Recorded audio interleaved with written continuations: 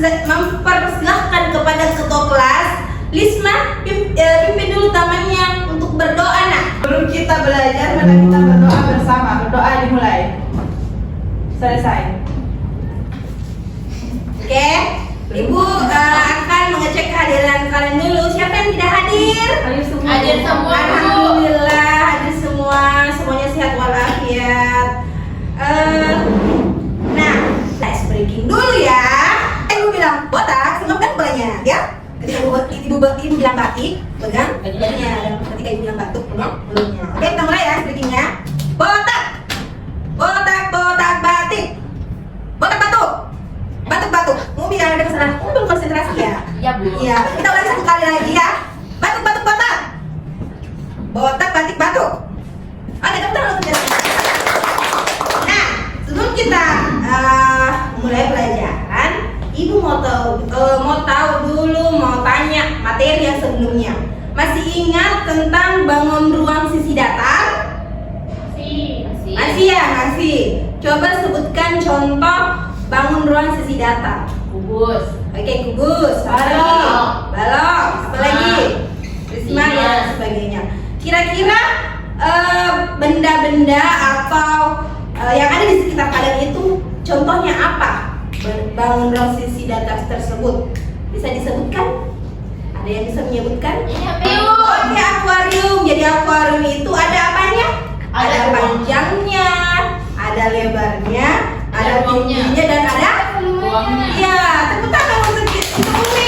Ada dengan bangun ruang sisi lengkung. Apakah ada yang bisa menyebutkan contoh dari bangun ruang sisi lengkung? Tabung. Tabung apa lagi? Cut. Apa lagi? Botol. Iya, bola. Iya, iya.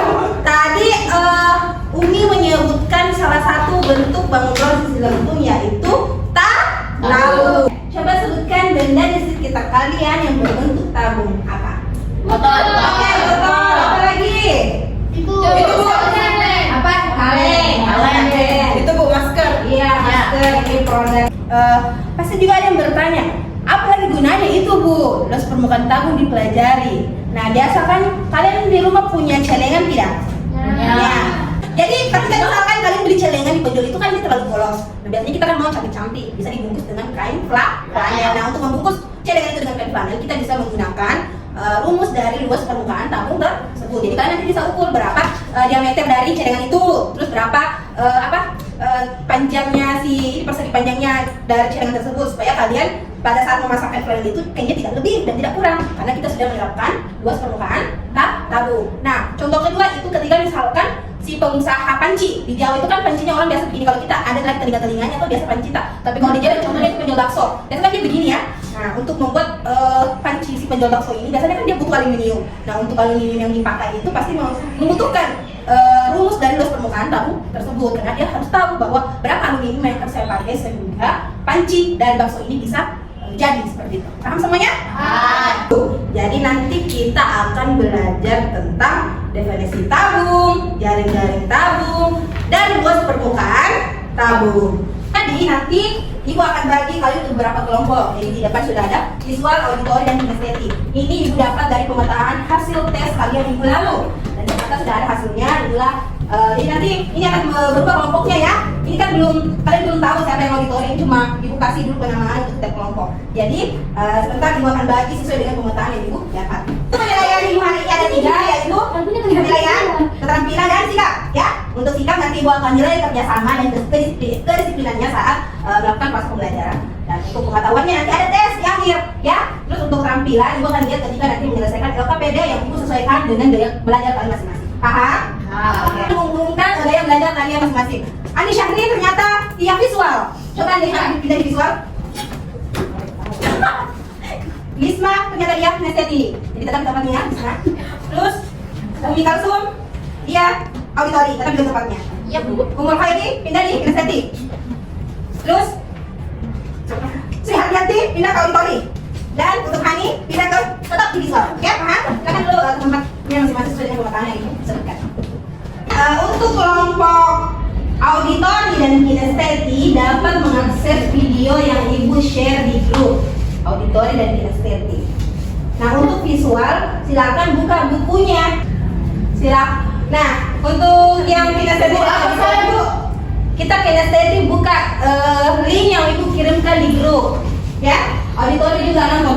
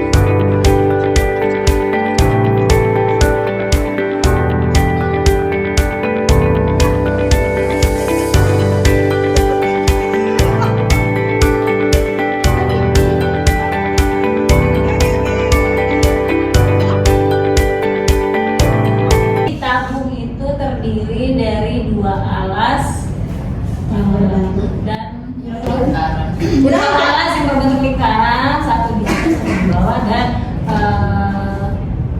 terdiri dari satu persegi panjang. Oke, tepuk tangan dulu untuk Sri Hartini.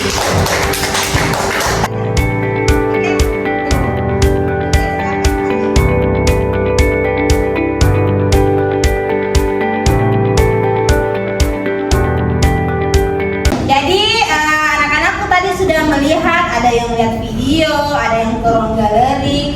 Jadi tadi itu kita bisa menyimpulkan bahwa tabung itu adalah bangun rong sisi lengkung yang mempunyai sisi alas dan sisi penutup berbentuk lingkaran. Jadi dia punya 2 lingkaran, ada sisi alasnya dan ada sisi penutupnya. Yang kemudian diselimuti oleh bangun datar yang berbentuk persegi panjang. Selain itu ada jaring-jaring dan luas permukaan tabung. Untuk mengetahui sampai mana pemahaman materi kalian tentang permukaan tabung, Ibu akan memberikan project sesuai dengan apa yang kalian suka. Baik itu berbentuk tulisan, infografis, gambar, poster, video, lagu, puisi, dan sebagainya. Minggu depan kita akan mempelajari lanjutan dari materi hari ini, yaitu volume tabung. Nah, sepertinya cukup untuk hari ini. Ketua kelas silakan membaca doa setelah belajar. Oke, doa. Sesudah belajar sama-sama membaca doa kafaratul majelis. Sekian pelajaran kita hari ini. Assalamualaikum